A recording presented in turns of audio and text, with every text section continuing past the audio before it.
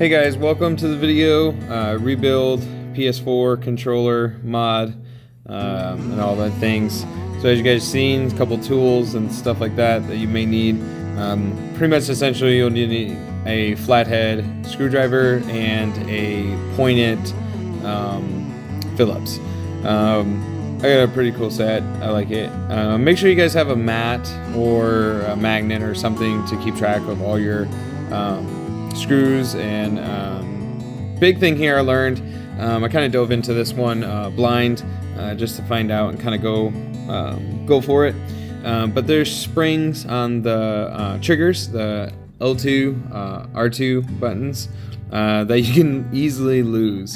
Definitely watch all your pieces and make sure that you're collecting everything and taking it step by step for yourself.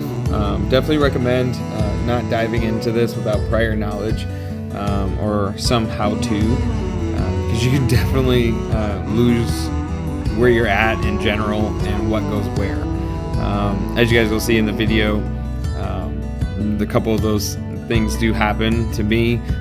This one took about 45 minutes in total time to do. A lot of in-between stuff that you guys don't see.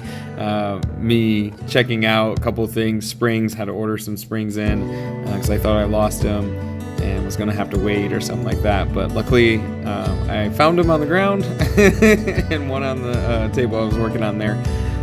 So yeah, as you can see, I'm diving in pretty quick here in the speed video.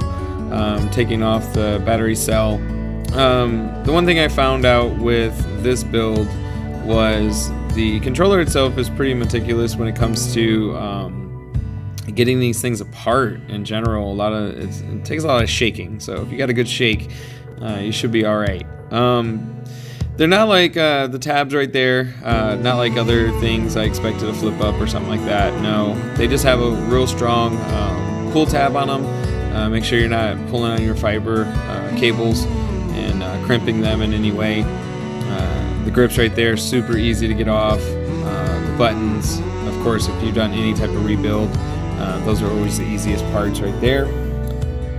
I kept the original PlayStation buttons on there. I did get a clear pack and a black pack, but definitely stuck to the originals there. Going through the PlayStation button, definitely had to keep that. Some original parts on this didn't go all new. As you can see, some stuff flying off. So had to make a couple of independent modifications to this guy right here. A couple of things just subjected to not fit or be in place. Definitely be aware of that. There are different generation controllers for the PlayStation 4 as all the other consoles and controllers. So make sure you're matching model to model. Right here, perfect example. You can see me actually snap off a piece there and go for it. That's a screw down, so I didn't really feel too bad about it. It looked like it was just a mold overlay that was just not supposed to be there. So, and then this part right here was pretty simple. I wish I would have got some a good light for that, but that little white piece right there, that long one you first see me put in, I'll grab it again, was like the most difficult thing, that thing right there, to figure out. I don't know why, it just really boggled me for a second there, but I eventually get it. And as you can see, we're putting back the frame together. I did try to get that off of the screen later, just like saying whatever. I did like the black better than the clear, and plus you would have to purchase that touchscreen piece, and I didn't want to really mess with it. So like I said, just be aware of what you're doing and what you're gouging at and all that good stuff. You don't want to destroy what you have, especially if you're not planning on waiting for more parts. So as you can see coming up here, I'm going to start putting on the triggers up top. I go ahead and put them on without the screens because there's about a 10-minute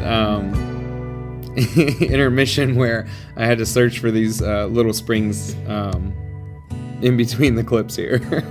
And you know, just putting it back together there, the battery pack, the framage, back, checking out the buttons, making sure everything's good, low trigger action, getting that battery back in, pretty easy. This build was super straightforward, like I said earlier in the video. It's super easy, but it's a delicate process. Anyone can do this. It's not very hard. Oh, here they are. So this is the clip after I found these little guys, and as you can see right there a little bit, those things are tiny. There is one side that's an open side, and so I'm putting that spring right there. Tuck it under. It's gonna pop off, so be prepared unless you're good. As you can see coming up here, got a couple of goofs. I dropped that thing probably 6 or 7 times before I finally got it to stay where it's supposed to be and clip it in there. But yeah, pretty much that's it. Hope you guys enjoyed the video. Definitely like, subscribe, follow, all the good stuff. Please share. If you got any partners that have any recommendations on models, mods that they purchase and from what company and things like that, definitely feel free to drop the link or comments below. Let me know how you guys feel about it, you know. And yeah, so like I said, guys, hope you enjoyed. Thanks for watching, and peace and love.